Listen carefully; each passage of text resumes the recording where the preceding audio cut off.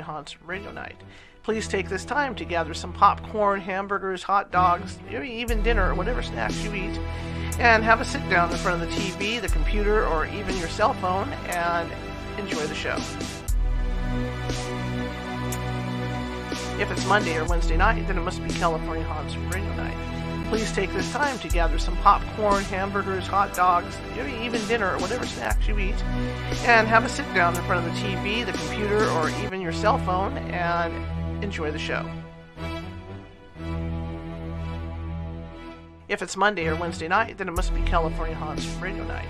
Please take this time to gather some popcorn, hamburgers, hot dogs, maybe even dinner or whatever snacks you eat, and have a sit down in front of the TV, the computer, or even your cell phone and enjoy the show. If it's Monday or Wednesday night, then it must be California Haunts Radio Night.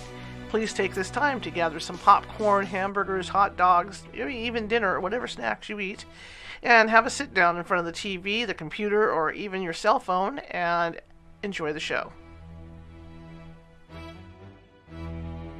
If it's Monday or Wednesday night, then it must be California Haunts Radio Night.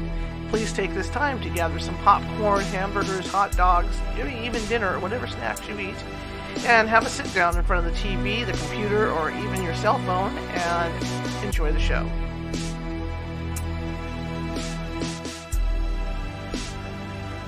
If it's Monday or Wednesday night, then it must be California Haunts Radio Night. Please take this time to gather some popcorn, hamburgers, hot dogs, maybe even dinner or whatever snacks you eat, and have a sit down in front of the TV, the computer, or even your cell phone and enjoy the show. If it's Monday or Wednesday night, then it must be California Haunts Radio Night. Please take this time to gather some popcorn, hamburgers, hot dogs, maybe even dinner or whatever snacks you eat, and have a sit down in front of the TV, the computer, or even your cell phone and enjoy the show. If it's Monday or Wednesday night, then it must be California Haunts Radio Night.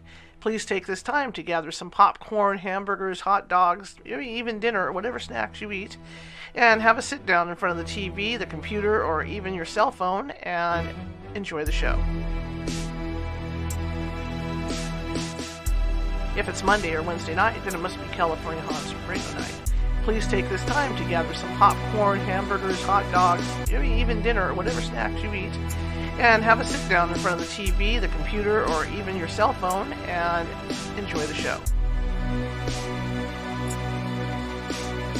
If it's Monday or Wednesday night, then it must be California Haunts Radio Night. Please take this time to gather some popcorn, hamburgers, hot dogs, maybe even dinner or whatever snacks you eat, and have a sit down in front of the TV, the computer, or even your cell phone and enjoy the show. If it's Monday or Wednesday night, then it must be California Haunts Radio Night. Please take this time to gather some popcorn, hamburgers, hot dogs, maybe even dinner or whatever snacks you eat, and have a sit down in front of the TV, the computer, or even your cell phone and enjoy the show. If it's Monday or Wednesday night, then it must be California Haunts Radio Night. Please take this time to gather some popcorn, hamburgers, hot dogs, maybe even dinner or whatever snacks you eat, and have a sit down in front of the TV, the computer, or even your cell phone and enjoy the show. If it's Monday or Wednesday night, then it must be California Haunts Radio Night. Please take this time to gather some popcorn, hamburgers, hot dogs, maybe even dinner or whatever snacks you eat, and have a sit down in front of the TV, the computer, or even your cell phone and enjoy the show. If it's Monday or Wednesday night, then it must be California Haunts Radio Night. Please take this time to gather some popcorn, hamburgers, hot dogs, maybe even dinner or whatever snacks you eat, and have a sit down in front of the TV, the computer, or even your cell phone and enjoy the show. If it's Monday or Wednesday night, then it must be California Haunts Radio Night. Please take this time to gather some popcorn, hamburgers, hot dogs, maybe even dinner or whatever snacks you eat, and have a sit down in front of the TV, the computer, or even your cell phone and enjoy the show. If it's Monday or Wednesday night, then it must be California Haunts Radio Night. please take this time to gather some popcorn, hamburgers, hot dogs, maybe even dinner or whatever snacks you eat, and have a sit down in front of the TV, the computer, or even your cell phone and enjoy the show.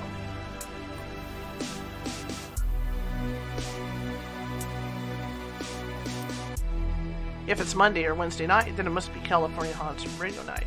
Please take this time to gather some popcorn, hamburgers, hot dogs, maybe even dinner or whatever snacks you eat, and have a sit down in front of the TV, the computer, or even your cell phone and enjoy the show.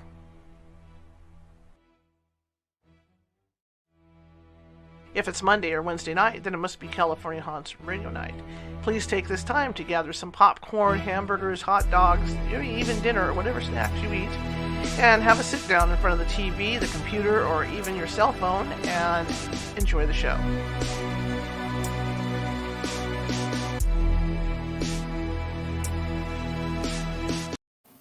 Hey, welcome to tonight's California Haunts Radio. How is everybody? How was your weekend?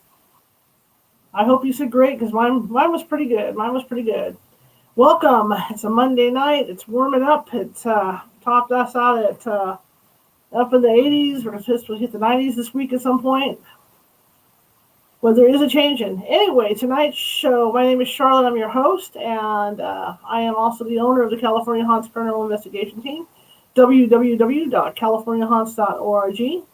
And we are located we have people up and down the state of California, Nevada, Washington, and parts of Oregon that can help you with your paranormal needs. And we are a nonprofit, so we do not charge for this stuff. So it's all free because we're just out trying to help people. That's what we do. Anyway, tonight's guest was on a couple weeks ago when I had my other computer completely committed suicide and melted down. We're on the new computer tonight. David Brody is really cool. I am a person who has collected Roman and Greek antiquities over the years, and it's fun to talk with him because some of the coins that he's going to show us and stuff tonight, I have at least a couple of those coins, not the real big ones, but the smaller kind in my collection. So I was really enjoying the interview with him the last time when everything died. So hopefully tonight, with the new computer and the new camera and all the extra new goodies I have, nothing's going to die. So what I'm going to do is let's get the comments going. All right, comments are working, and if anybody on Facebook that has problem with the comments, PM me later, because there's another way that you can get involved with commenting on these shows. Anyway, without further ado, I'm going to go ahead and get Mr. Brody up. Hello. Hi, Charlotte. How are you tonight? Good. Hopefully hopefully we'll stay on the air this time. Take two. Take two. Well, I'm glad to have you back. Tell everybody about yourself, sir. So I'm a lawyer by trade, but about 20 years ago, I sort of fell into this whole subject matter of pre-Columbus exploration of America. And I'm also, at that time, I was a fiction writer sort of as a hobby, and now I've transitioned, closed down my law practice, and I write fiction pretty much full time. And I'm really focused in on this whole idea of waves of European explorers coming across the Atlantic prior to Columbus, the idea that the Atlantic Ocean was really a highway during ancient times more than a barrier. And so I started looking at things like the Knights Templar and artifacts in New England that seemed to indicate that they were here. And I've worked my way backward.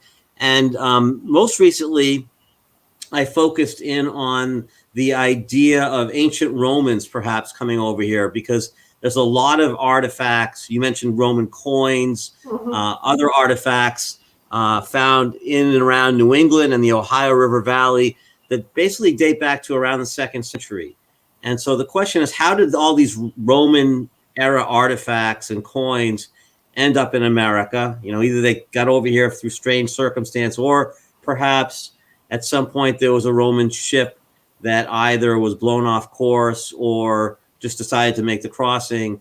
And there's evidence, echoes of this trip, evidence that we still see today. And so over the course of the past decade, I periodically would come across some of these pieces of evidence that sort of didn't fit into the timeline of the medieval time period. And I'd put them aside and say, you know what, that's interesting. I'll go back to that later on. And then at some point, that pile of evidence started growing higher and higher, and I couldn't ignore it any longer.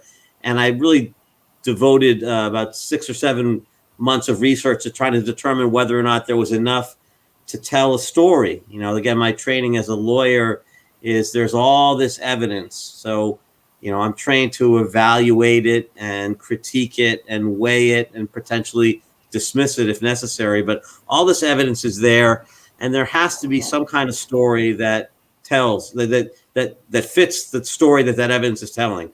So whether I have that story right or not, we can talk about that tonight. But there is a story. There is Roman era artifacts here in North America. We just have to figure out how it got here or what it's doing here. Well, I was just thinking as you were saying that, didn't Plato have maps or have records? Because I know he kind of thought he knew where Atlantis was. The reports. So could they have been going off those by possibility? So Plato was talking about the ancient civilization of Atlantis, which was destroyed around 12,000 years ago, and he placed it basically, I think, in the Mid-Atlantic, along the Mid-Atlantic Ridge, and he was really writing, reflecting the legends of the time. And actually, he got the dates right, which is really fascinating because he said 11,600 years ago, and it turns out modern scientists can date the catastrophic event that caused the end of the last ice age, some kind of impact event, to exactly that time period. So Plato had the dates exactly right, which tell me that the Atlantis legend probably was real. And that's one of the books actually I wrote about. It's called Echoes of Atlantis, and that was a different book. But as you just indicated, that I'm sorry, my doorbell is talking back to me. I apologize for that. It's okay, mine does it too. The Mid-Atlantic Ridge is the area that Plato identified, and it's possible that at one time in world history that the ocean levels were much lower, and therefore it would have been a lot easier to cross the Atlantic because a lot of what is now underground now would have been islands. The coastlines would have been closer together, and so the idea of ancient mariners crossing the Atlantic, although perhaps a daunting concept today, during time periods where the water levels were much lower, would have been an easier excursion. It seems like it because he had that pretty well mapped out, so there's no reason why they might have been maybe following some of that to come over. Maybe they were looking for Atlantis when they found this. Yeah. So when the Romans came over, this would have been 2nd century. To me, they would have been following in the footsteps of the Phoenicians. So the Phoenicians were the great mariners of the ancient world. They're basically called the merchant marine of the ancient world. So we're talking for the Phoenicians maybe around 3,000 years ago in that time period. And then at some point they fought wars against the Romans. This would have been about 400 BC. The Romans eventually defeated them and sort of incorporated them.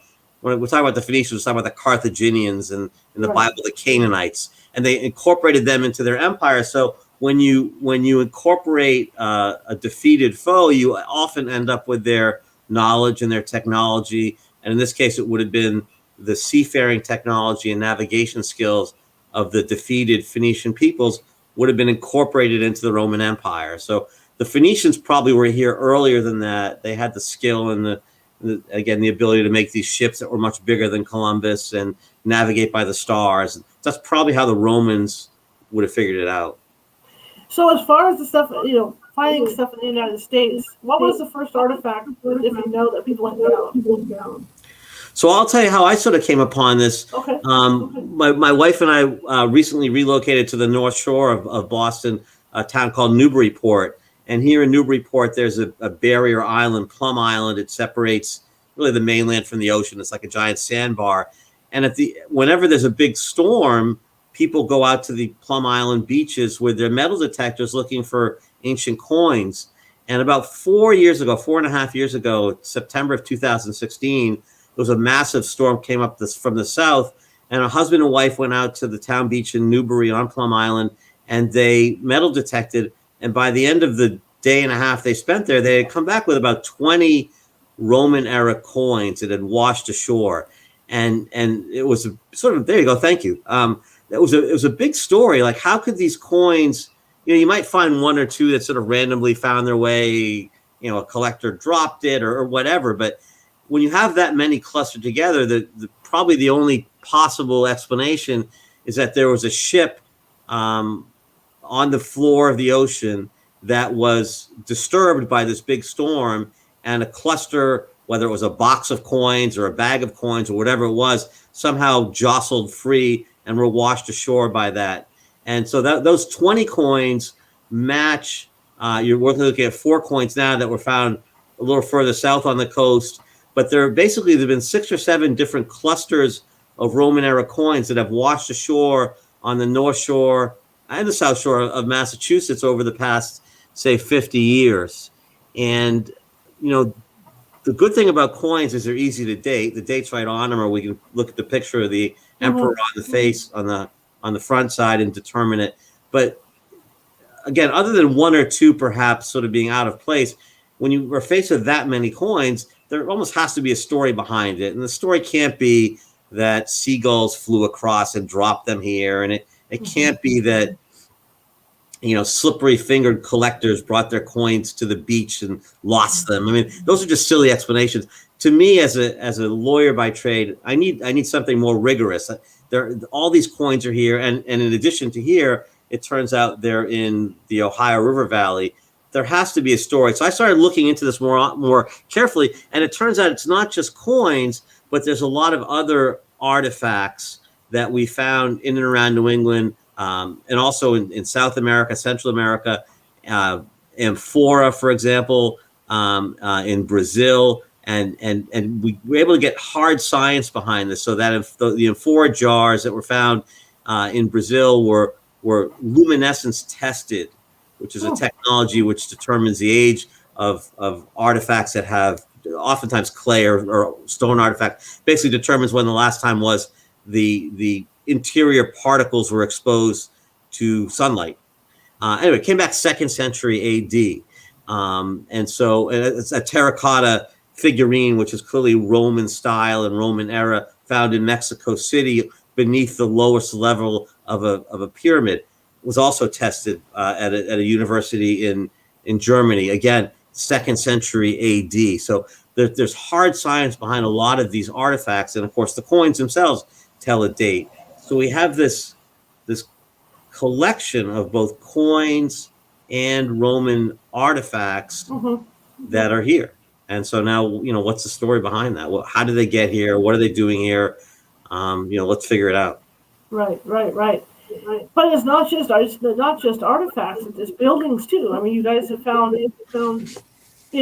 built stuff up like the tower, Newport Tower. Right. So the Newport Tower is example that's although it's in the Romanesque style, we think that's more modern. We think that's one of those artifacts that is evidence of medieval exploration of America by, we'll call them the remnants, the vestiges of the outlawed Knights Templar. So after the Templars were outlawed in 1307, the Templars themselves, many of them were rounded up and jailed and tortured and killed, but most of them escaped, and their treasures also escaped, probably most importantly. No one's quite sure where those treasures ended up, and one of the theories is that a group of the Templars, because they had fleets of ships and knowledge of ancient navigational secrets, across the Atlantic. They had sort of set up a safe haven for themselves here in America.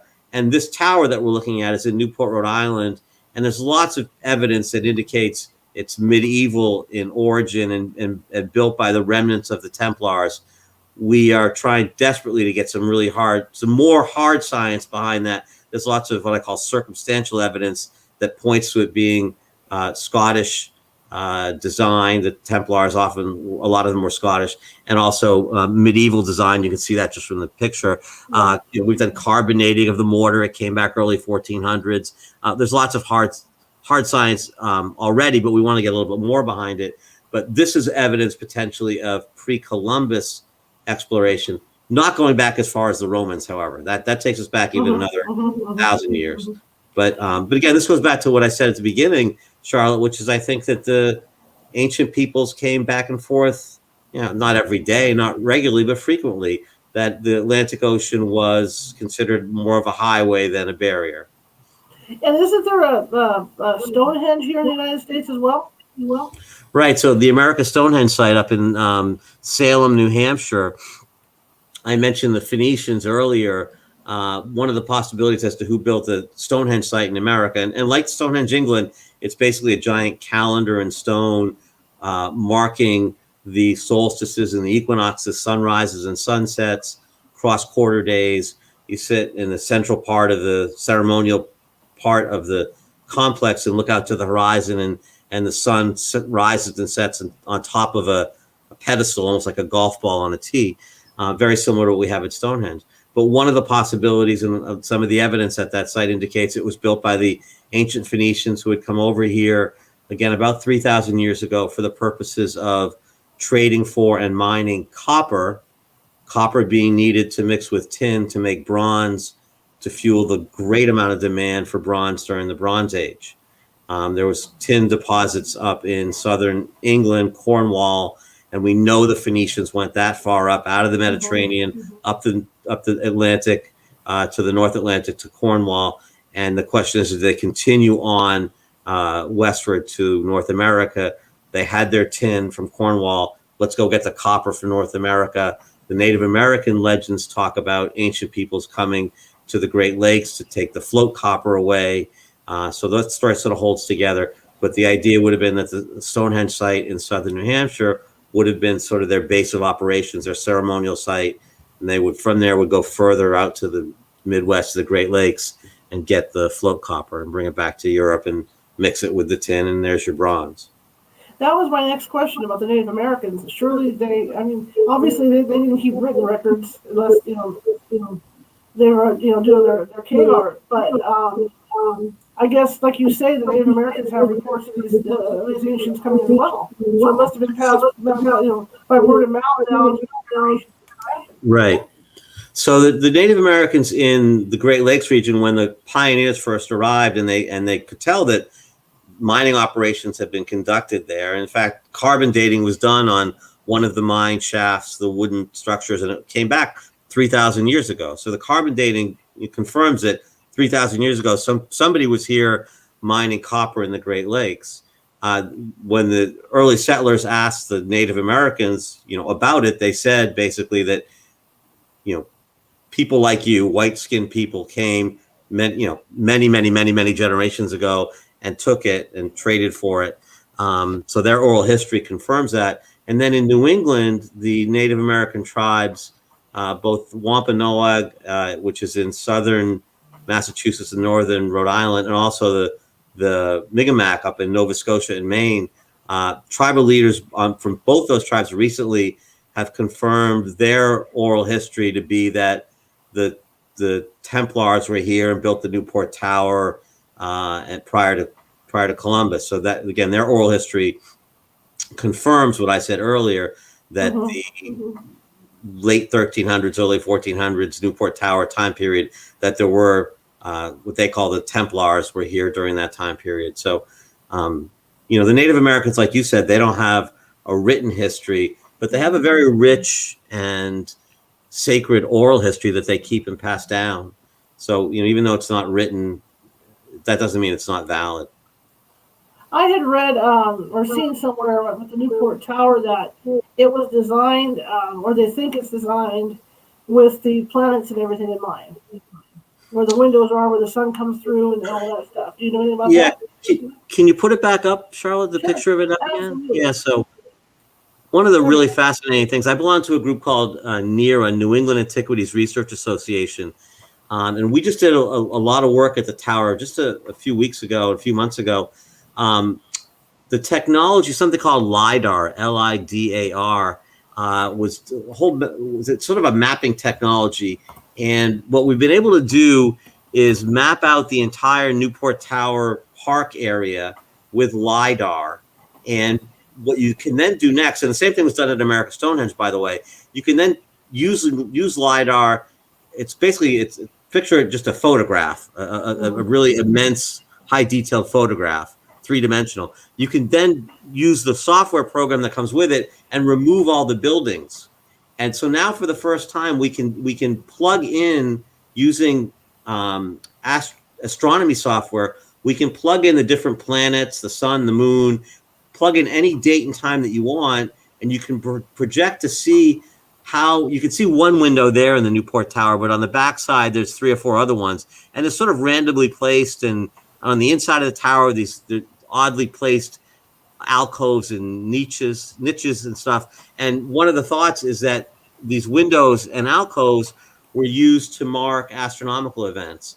But because there's so many buildings around the park blocking the rising sun and the setting sun and the planets, it's really been hard to prove that. Now with this LiDAR technology that we just finished, we're going to be able to marry that with software from the astronomy world and determine how many of these alignments are accurate and how many of them are not.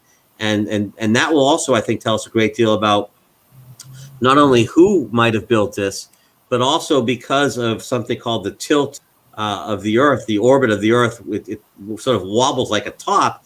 Sure. You can then determine the time period during which these alignments were spot on, and that'll give us an exact date. So, for example, at America Stonehenge, a Harvard University computer program was used to determine at what point those alignments were exactly on as opposed to being half a degree off.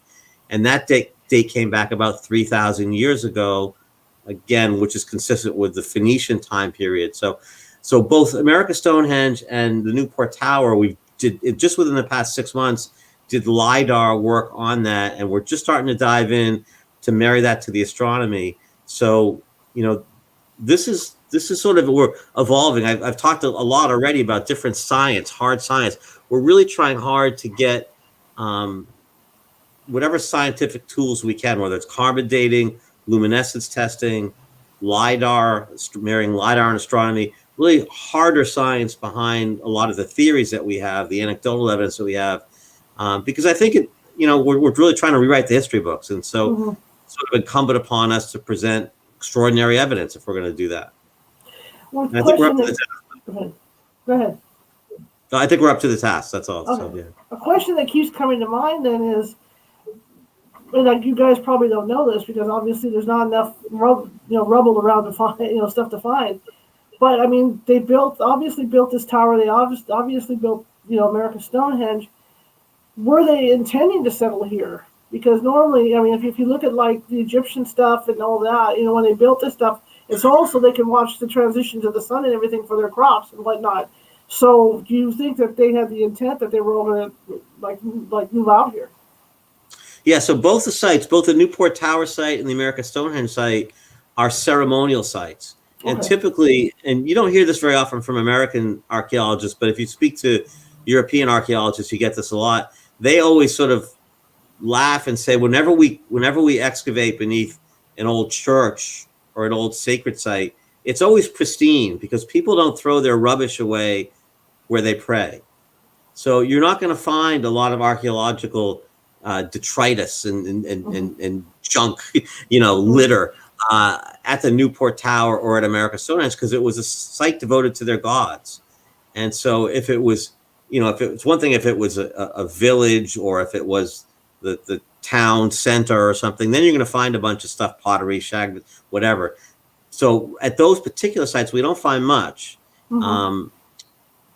Your question about settlement, it's unclear still whether when the Templars came and built the tower, whether that was supposed to be the anchor for a settlement, which never happened, or it was more meant as a marker, as almost like a prime meridian for future navigation. It doesn't appear that there was a large settlement of Templars here for whatever reason. And same thing with America Stonehenge. It looks like the site was used as a stopover point.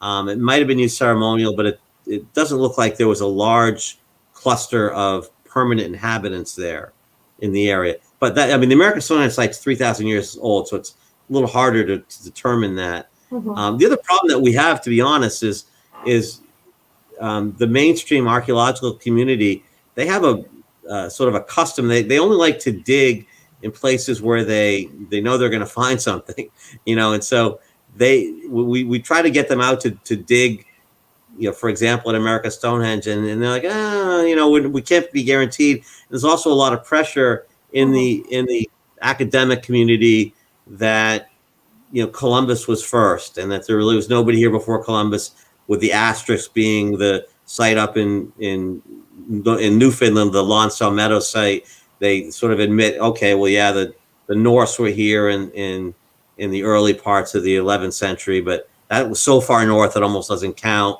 But other than them, nobody was here before Columbus. And for a long time, it was almost academic suicide for somebody trying to get their PhD dissertation done or wanted to go, get a job as a faculty member to get tenure. If you started looking at these areas of these fringe history areas, it really was a dead end for your career. So for a long time, and continuing to today, you don't see a lot of academic types looking at these sites. When we were at America Stonehenge recently, for example, we were able to get the state archaeologists from New Hampshire to come with us to watch this new technology, this optically stimulated luminescence technology that has been developed that we were using there. And he came to the site to watch the test being done. But that was the first time he'd ever been to the America Stonehenge site, which just blew my mind that this is the state archaeologist. New Hampshire's a tiny state. There's not a lot of archaeological sites there.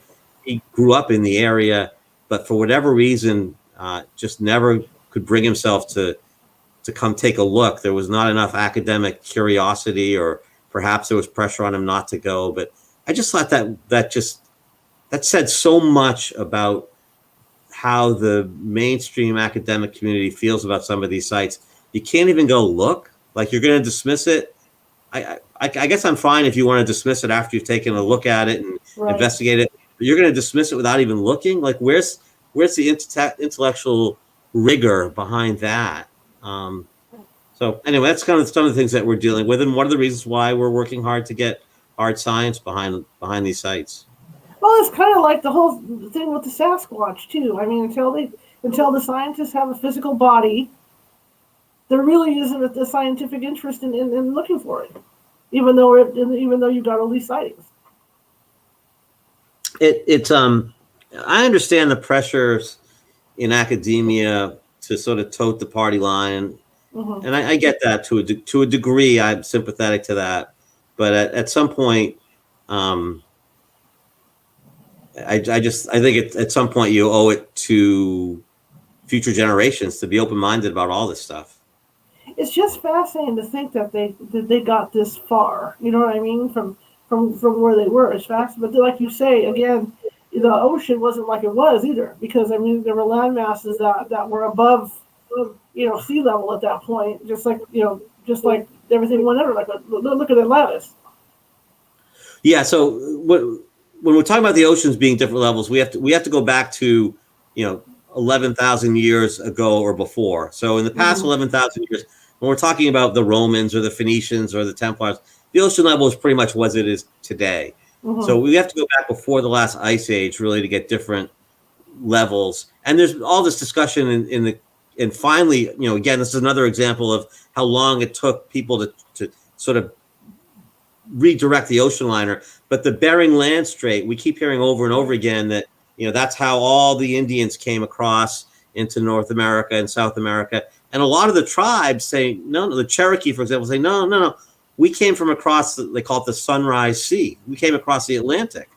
And the academic types say, no, you didn't. We know your history better than you do. And they say, no, our history, And so we're finally getting people to start to understand there's something called the Solutrean hypothesis, that at one point, maybe 18,000 years ago, in that time frame, the ocean levels were much lower and the Atlantic would have been a lot easier to cross, and that people did come across from the Iberian Peninsula, and that some Native Americans indeed came across from the Atlantic, not from across the Bering Land Bridge.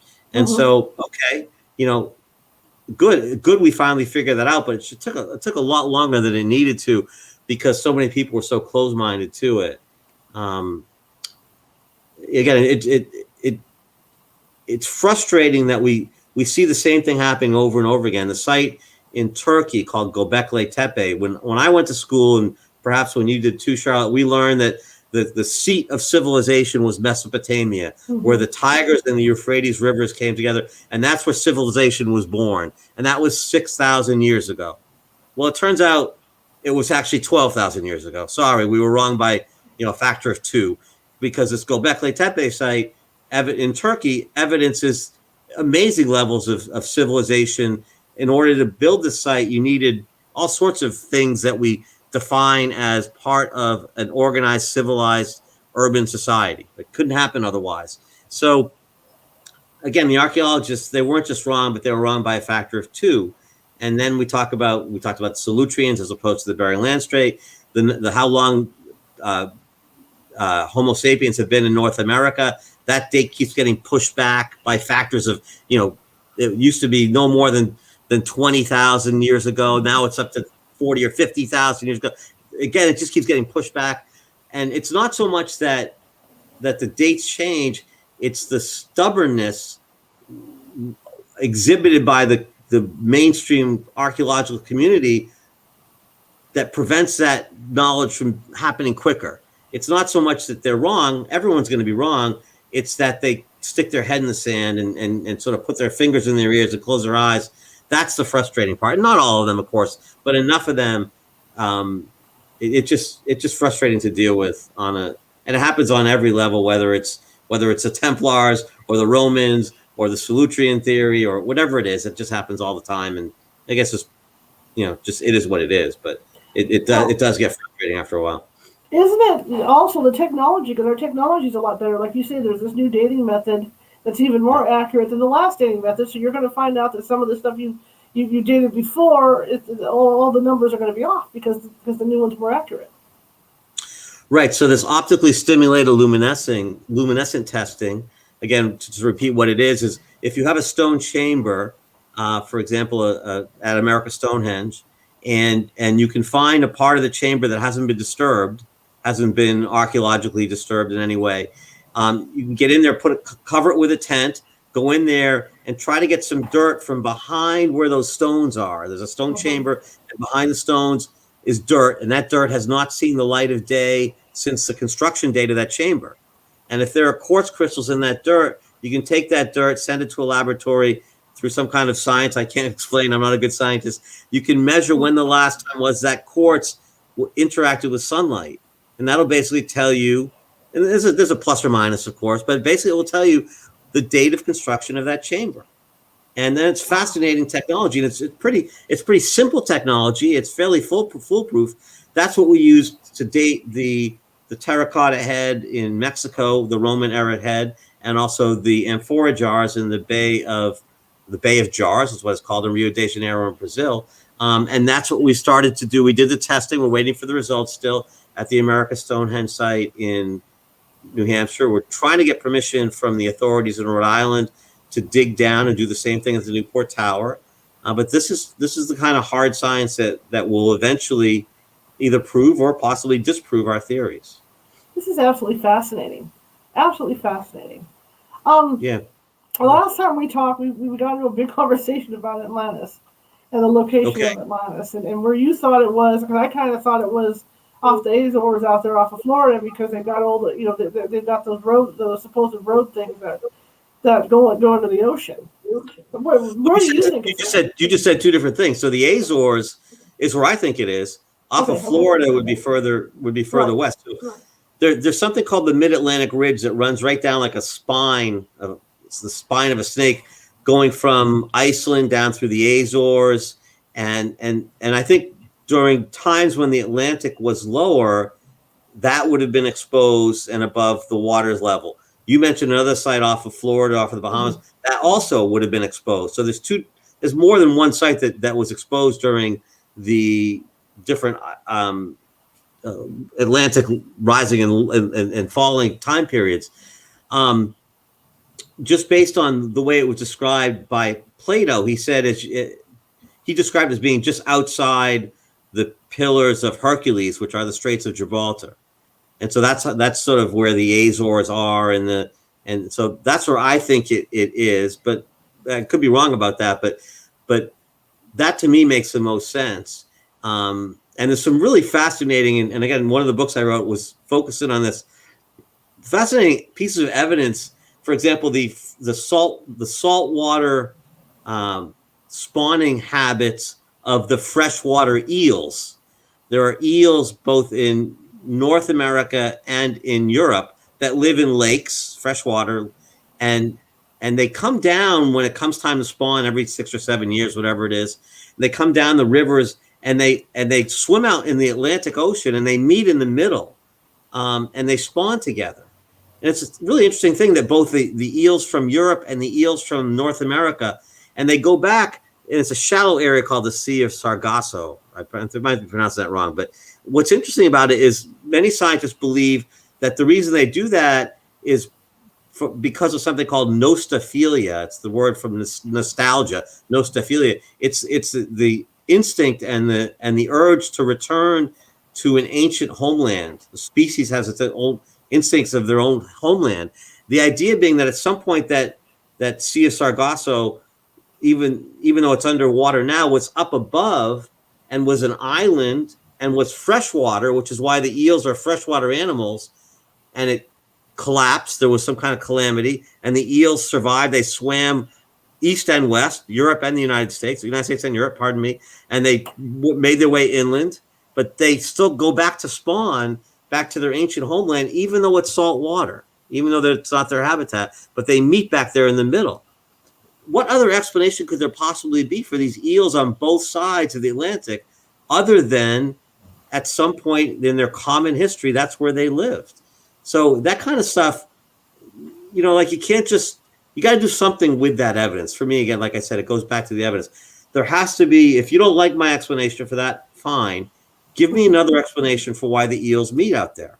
And there's also a species of butterflies, monarch butterflies, along the northern coast of Venezuela that, again, during mating season, I guess we'll call it, they fly north for about 500 or 600 miles out over the Atlantic, and they circle around and around and around and around, and eventually they fall into the sea and they die.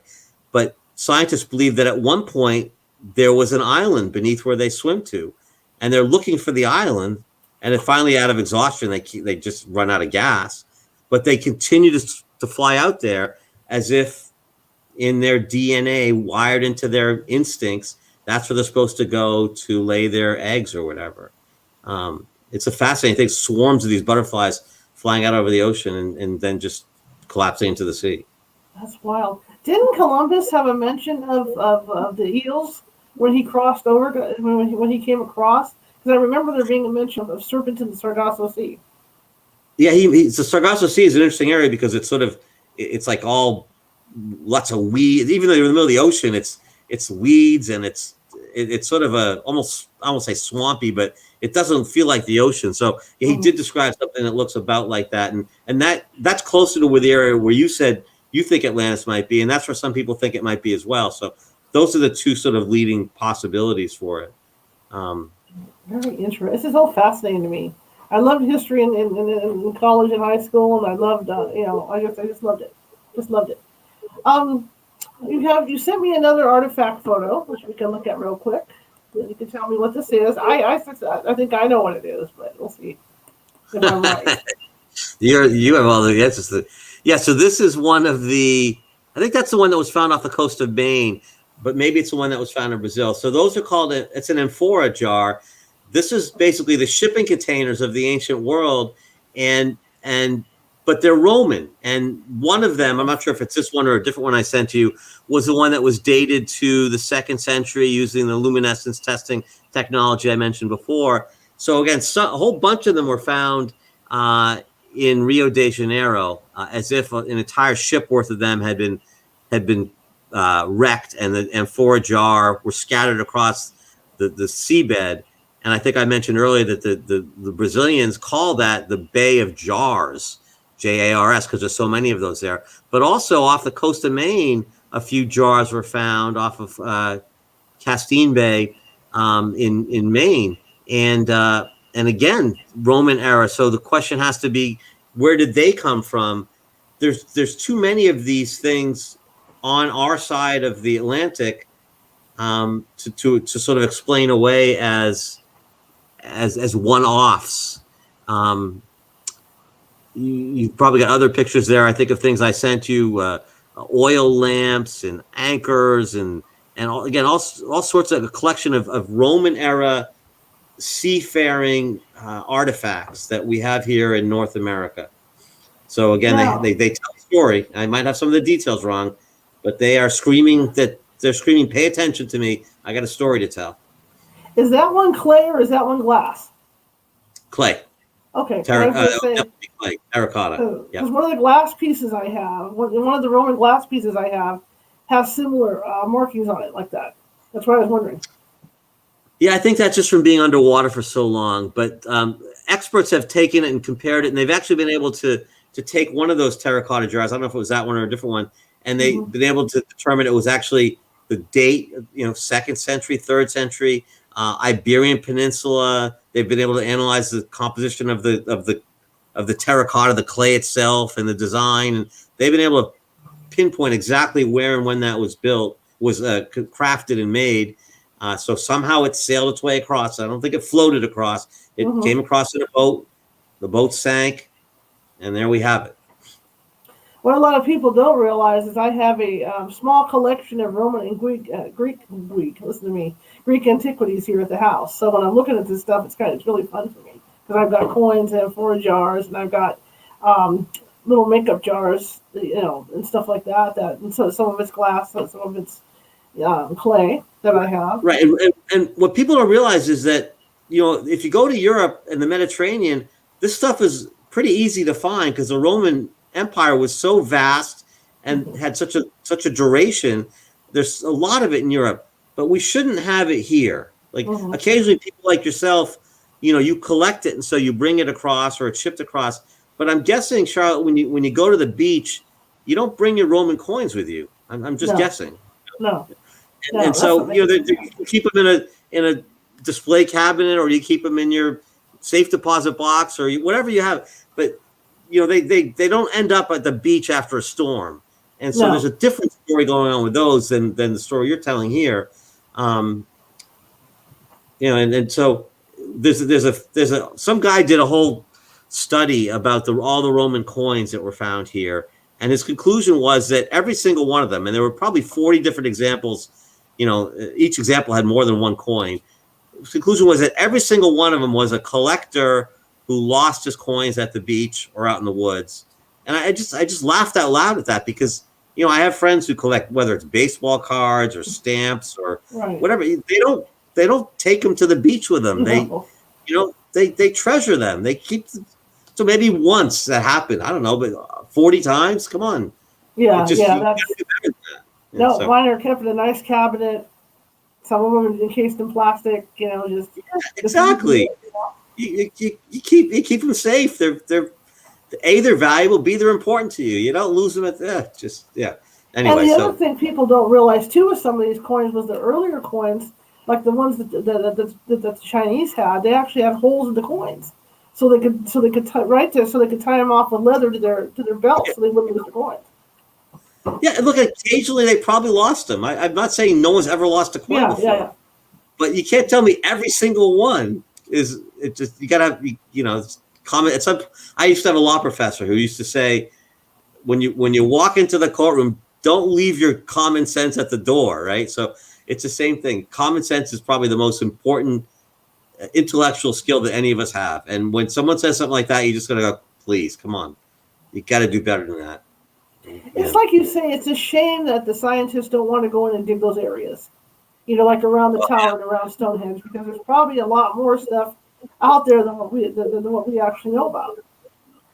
Well, and the thing about the archaeological community is they basically have a policy that if evidence wasn't taken out of the ground during a supervised archaeological dig, then it doesn't count. And so basically they're discounting the kind of testing that we're doing, optically stimulated luminescence testing. They don't buy that necessarily. Cartographic evidence, Native American oral history, architectural evidence. I mean, all the different. I was a liberal arts major, so for once in my life, it paid off for me. Okay, most people liberal arts, you don't really get to do it, but for something like this, we need to use every tool in our belt. It's not just archaeology. Again, it's cartography, it's religion, it's architecture. It's all different kinds of. Every field can weigh in on this. But for an archaeologist, they only like to take the archaeological evidence. But the truth of the matter is, draw a 5-mile circle around your house or where you live. How many archaeological digs have occurred in that circumference? Probably none. None, yeah. How many people have archaeological digs in their neighborhood? Such a minuscule amount of the land that we live on has been explored and dug into. I understand why it's hard to do an archaeological dig. You take a yard by a yard, it takes months. But because of that, you have to look at other kinds of evidence. It's impossible to dig every place. So we need to be open to other disciplines that have something to add. Lots of work being done recently on pollen, looking at pollen. I'm going to go out next week to look at a carving of a Templar cross in the Catskill area, and it's covered with lichen. And one of the things we want to try to figure out is how fast does liken's like a mold almost. Right, how fast does lichen grow? How long would it take for that much lichen to grow over the cross? Can we try to date things doing that? Those kinds of things that, thinking outside the box a little bit scientifically to help us date some of these, rocks can't be carbon dated. So this has been outside in the sun. We can't do the luminescence testing. What can we do? But one of the things that we're trying really hard to do, the group that I belong to, NERA, is preserve these sites, because science, even in the 10 years or so I've been doing this, the science has really made strides. And a generation or two from now, there'll be scientific methodologies we never even dreamed of that will really help us answer questions to allow us to date a lot of these sites. So our job right now is to preserve them so that they can be dated at a future time. Absolutely. I have another photo that you sent me, and this is fascinating. I kind of suspect what this is again, and I'll just see if I'm right. Okay, so this is going to be sort of a long explanation. So we haven't really talked about why the Romans would have come over here. One possibility, one theory is that the Roman 9th Legion, which was stationed in England during the early 2nd century, that legion, after leaving England, was reassigned for a very short period of time to Jerusalem to put down something called the Bar Kokhba uprising. It was an uprising by the Jews against the Roman overseers. This is about 132 AD. It was the second uprising. The first one was in 70 AD. But the 9th Legion was sent over to put that down, and then the 9th Legion disappeared from history. And one of the possibilities is that, so let me put that aside for a second. One of the things that happened during the Bar Kokhba uprising is that the priests who were in charge of the temple treasures and furnishings hid those treasures. And we know this from something called one of the Dead Sea Scrolls called the Copper Scroll of Qumran. It lists all the treasures that were hidden during this time period so that the Romans couldn't find them. But those treasures have never been found before. And one of the possibilities is, and this is just speculation, informed speculation, is that when the 9th Legion went to Jerusalem, put down the uprising, perhaps the priestly families, not wanting to be enslaved and or slaughtered like so many of the rebels and revolters were, made a deal with the 9th Legion and said, hey, if you let us live and survive, we will show you where those treasures are buried. And in addition, when you leave here, we want you to take us with you, because otherwise they're going to kill us. And a deal might have been made, and at that point, the 9th Legion might have brought the treasures from Jerusalem, along with some of the survivors of the priestly families, over to North America. And so not only are we finding a lot of Roman artifacts in the Ohio River Valley, but that if we put that back up again, that fortress actually is, if you look at it, the upper half is a oil lamp, and the bottom half is a 9-stem candelabra known as a menorah. We call this the Hanukkah fort. It basically is a fortress, and this was drawn by the Army Corps of Engineers in 1823. It's a fort which essentially commemorates the Hanukkah story, the 9 candelabra menorah and the oil lamp. Those are the symbols of Hanukkah. Why would the Native Americans do that? Clearly they wouldn't. Why would the Romans do that? They'd have no reasons to do that. But if the Romans brought the Jewish survivors of the Bar Kokhba revolt with them and brought their gold and their treasures as well, that the if there were ancient Jews with the Romans, this makes sense. That would make sense for them to have built a fortress that commemorates their Hanukkah celebration. So this is in Ohio. Wow. It's like, someone's got to explain that to me. If it's not a Hanukkah celebration commemoration, tell me what it is. There's definitely an oil lamp and a menorah there. So this was done in stone, correct? I'm sorry, this was done what? In stone, or was this just a parchment that somebody found? This is an engineer from the Army Corps of Engineers drawing Okay. Oh, drawing it out. Okay. He's drawing the fortress. So there's raised areas in the fort, like there's mount, like the a fort has walls, right, and other defense mechanisms. Basically, these are walls. The lines you see there are walls in a fort. They're defense barriers of some kind. But that the fort, really cool. you see the outside is the wall of the fort, and then inside there's all these different walls. But they were built. It was built to look like a menorah and an oil lamp. That is incredible. Yeah, I thought it was some kind of map. I was trying to figure out what it was. That is just absolutely fascinating. That's incredible. Right, and again, it's one of those things. I might have that story totally wrong.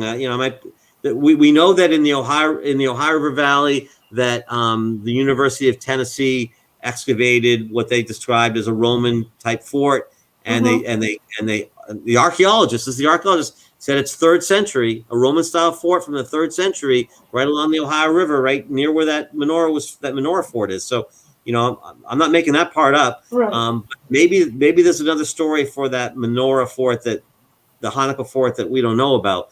But there's definitely other artifacts we haven't gotten to yet, which show some kind of Jewish influence or presence in the Ohio River Valley right around that same time period. Absolutely fascinating. So when you talk about, you got the ancient people here in America. You talk about the Romans being in America. I mean, it's a question of getting enough proof to prove it to these scientists so that they'll look into it more. Is that right?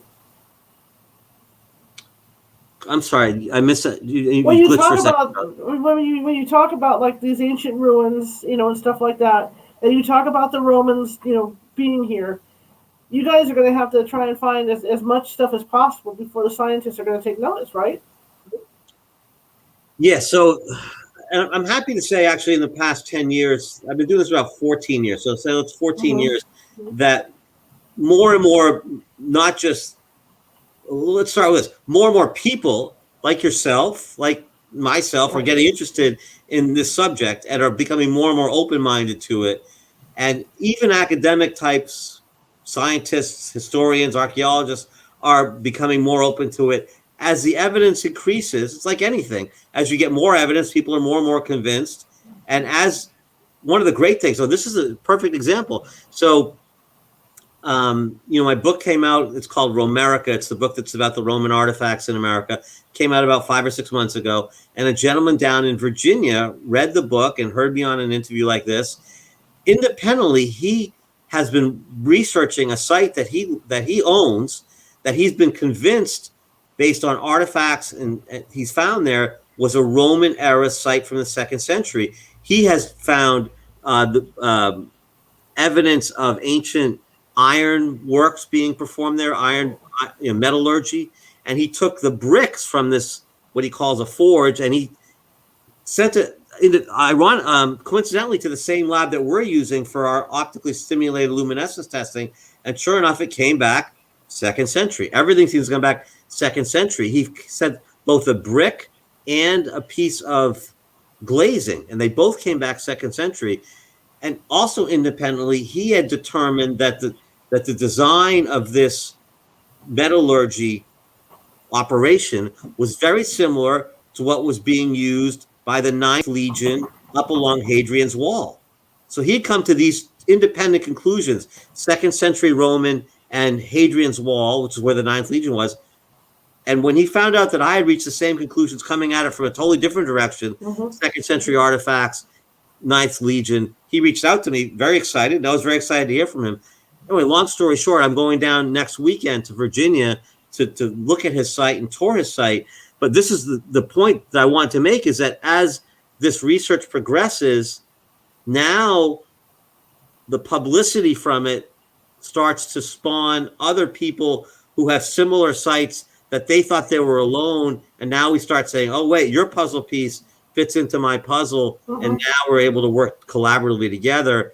And what we thought was just one site all alone, a one-off or whatever, now it's that, no, it fits in very nicely with this site over here and that site up there and this site over there. We start to put this all together. This never could have happened, a generation ago, really before the internet, because, I wouldn't be able to do the interview with you, for example, like this, and he wouldn't have heard me. None of this would have happened. But now, in the past 30 years or so, let's say, because technology and because the world's so much of a smaller place now, this stuff happens so much more quickly and easily. And so I think that's, people ask, how come we never heard about this before? How come we're just hearing about this now? I think that's the biggest answer, is that all of a sudden, a guy like me in Massachusetts can instantly talk to a guy like down in Virginia, talk to you in California, and we can share. And all of a sudden, what would it take writing letters and looking at microfiche in libraries and going to the Library of Congress, and what would have taken months and months and months happens in an hour now. And so that's why I think this is finally starting to change. It's fascinating for scientists to not think that with all the Romans, for what it was worth, the empire itself, they were the empire. It's like the United States. They were the empire. And they were traveling all over Europe, but by foot, by ship anyway, or by boat anyway. So, why close your mind to the fact that they got further?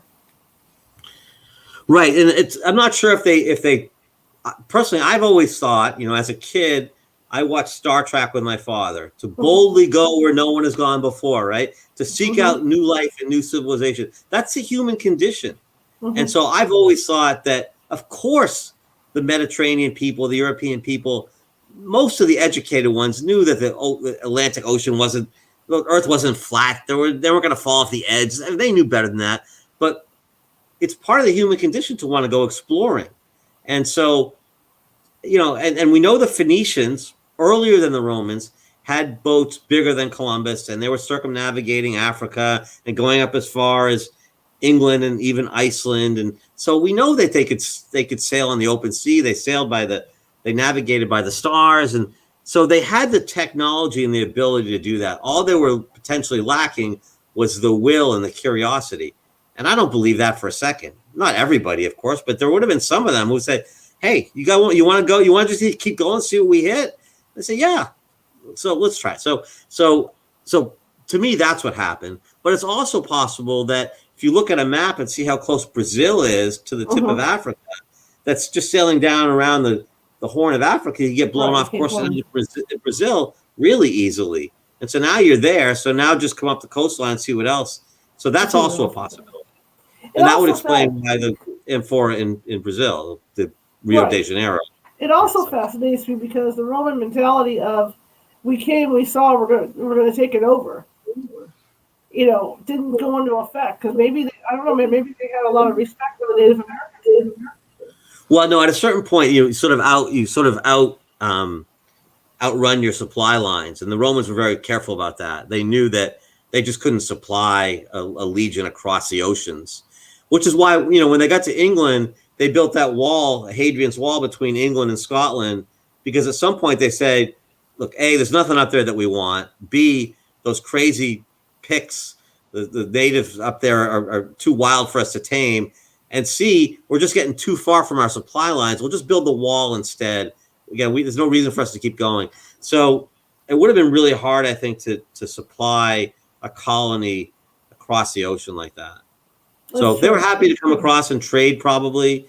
Or in this case, under my theory, the Ninth Legion said, hey, we can either take this treasure from the temple of the temple in Jerusalem and bring it back and give it to the emperor, or we could divide it up 100 ways amongst all the officers and skedaddle over to North America and lay low for 10 or 20 years and then come back and live like kings, which is what I think happened.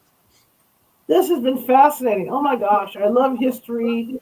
like I said, I've been able to be a history major. I would have done it. I was a journalist, but Yeah. great things Yeah, me out too. You know, like, I was an English major and a lawyer by trade, and here I am. But I always loved history too, and this gives me a chance to really dive deep into it. And boy, the research is as much fun as writing the books. So I bet it is. I would love Yeah. to have you on again to hear more updates from these places that you're going now, if that's okay. Excellent. Oh, I'm happy to. Yeah, I'm working on just finishing up another book, and would love to come back and talk about that as well. So that'd be great. Absolutely. So for the crowd, tell them where they can get your books. I'm going to show your books on screen here, and I think they're at Amazon. Yeah. Right? So there's 11 books in the series. They're all historical fiction. Amazon's the best way to find them. The series is called the Templars in America series.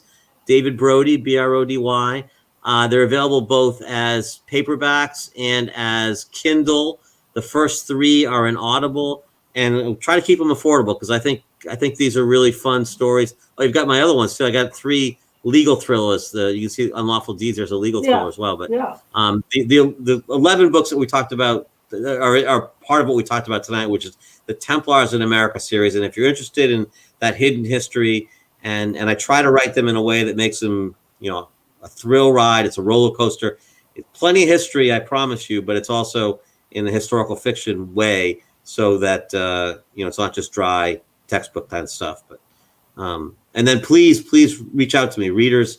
I love to hear from readers. I especially love to hear, I've got a Templar cross in my backyard, but I'm also happy to hear, comments about the story or whatever. But well, I'm definitely going to send you some photos of my amphoras and stuff, so you can see them. Excellent. The stuff I have in my collection. But thank you so much. Oh my gosh! I know the first time we did this, we had the major crash happen, and we were rolling right along. And this show, we rolled right along, and I absolutely enjoyed this. I remember taking history. I remember humanities. I loved humanities. It was so fun to take those classes, and my brother took anthropology in college and stuff. So I've always been around stuff like that growing up and whatnot. And this is just fascinating for me. Absolutely. So again, I would love to have you on again, and we'll touch base. Because I'd love to hear about the other stuff the updated stuff that you're doing too. Talk to these other guys. Okay. Yeah, I hope to next time. I hope you're able to say next time I'm on, we've dated this stuff conclusively. So good. Sounds good. All right, David. Thank you so much, sir. All right. Take care. Thank you. Okay. Good night. Bye-bye. Night. All right, guys. I have been waiting to talk to him. In fact, I was so disappointed the last time because everything went fluey on me, and we had been having a really good conversation at that point. So I was really excited. So we'll get him back on because I would love to hear his updates. And like I said, I'm going to send photos of my antiquities that I have in stock. And a lot of my antiquities are stuff that aren't museum grade, and they've done patch up on them and stuff. But I was able to get them on eBay, and back when I was getting them, they were fairly cheap. And now, if you go to get the same stuff, it's like triple in price. Anyway, Wednesday, one of our favorites is going to be back on. Larry Jorgensen, the Coca-Cola guy, is going to be back on. And I know the last time he was on, we talked about the inner workings of Coca-Cola, and he said he had other topics that were just as fascinating to talk about. So he's going to come join us Wednesday at 6:30 p.m. PDT, or 6:25, if you want to get your munchies together or whatever you want to do. This is the California Haunts Paranormal Investigation Team, California Haunts Radio. If you like the show, share it with 5 of your friends. If you didn't like the show, share it with 5 of your enemies. We're trying to get as many listeners and watchers as possible. I'm starting to work on getting sponsorships and stuff for the show. As you can see down at the bottom, as usual, I've got to help bring more exciting and informational guests to this show.